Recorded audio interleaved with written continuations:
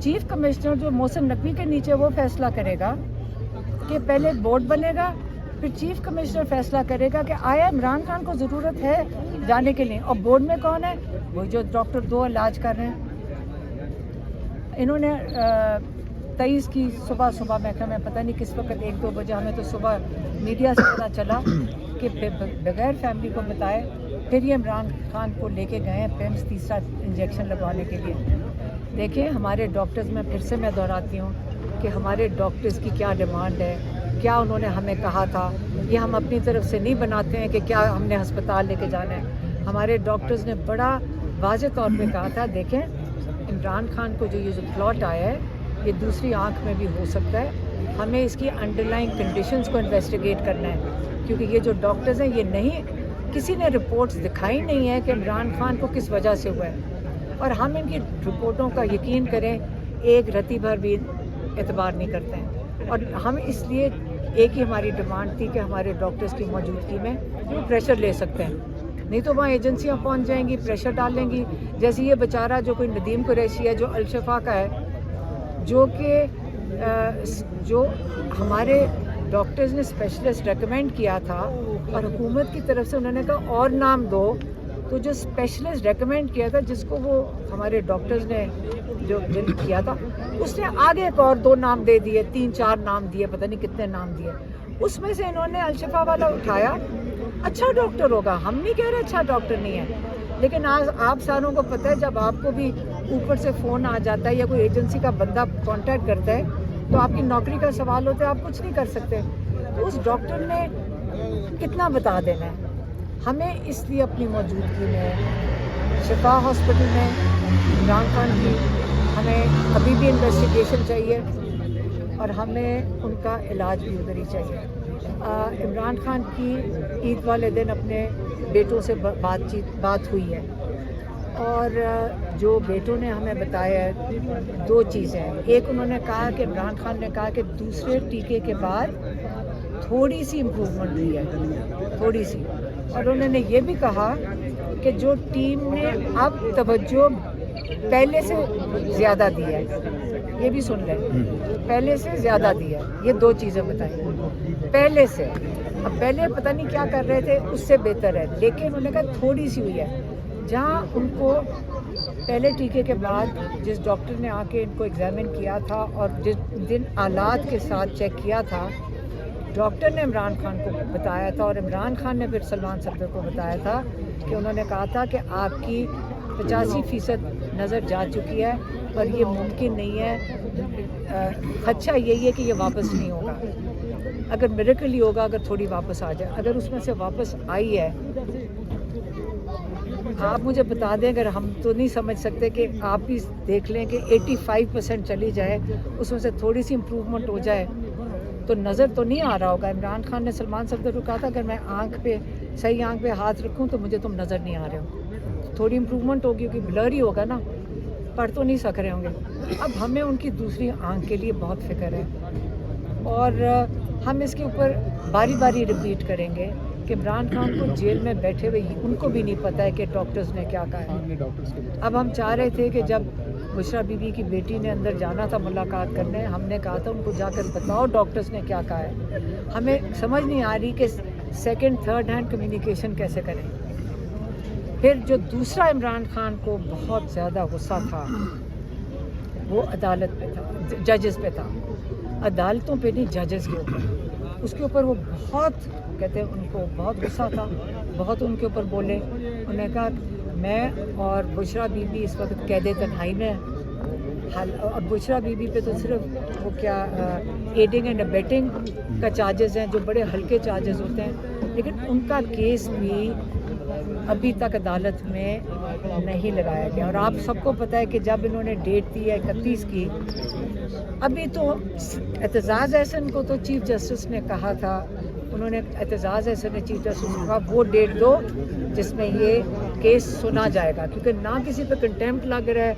وہ کہتے ہیں مجھے تیاری کی ضرورت ہے, لائرز کرنے ہیں, ان کو چھٹی ہو جاتی ہے. تو اس لیے 31 مارچ کو ہم عدالت میں موجود ہوں گے اور ہم دیکھیں گے کہ آیا یہ کیس سنتے ہیں کہ نہیں. اور توشہ خانہ 2 لگاتے ہیں کہ نہیں. یہ صرف 2 کیسز ہیں. بشرا بی بی کی تو رہائی ہو جانی چاہیے اگر یہ کیس سن لے. اور عمران خان نے یہی کہا کہ بشرا بی بی کو صرف انہوں نے جیل میں اور یہ جو قید تنہائی یہ سارا کچھ جو کر رہے ہیں وہ میرے اوپر پریشر ڈالنے کے لیے.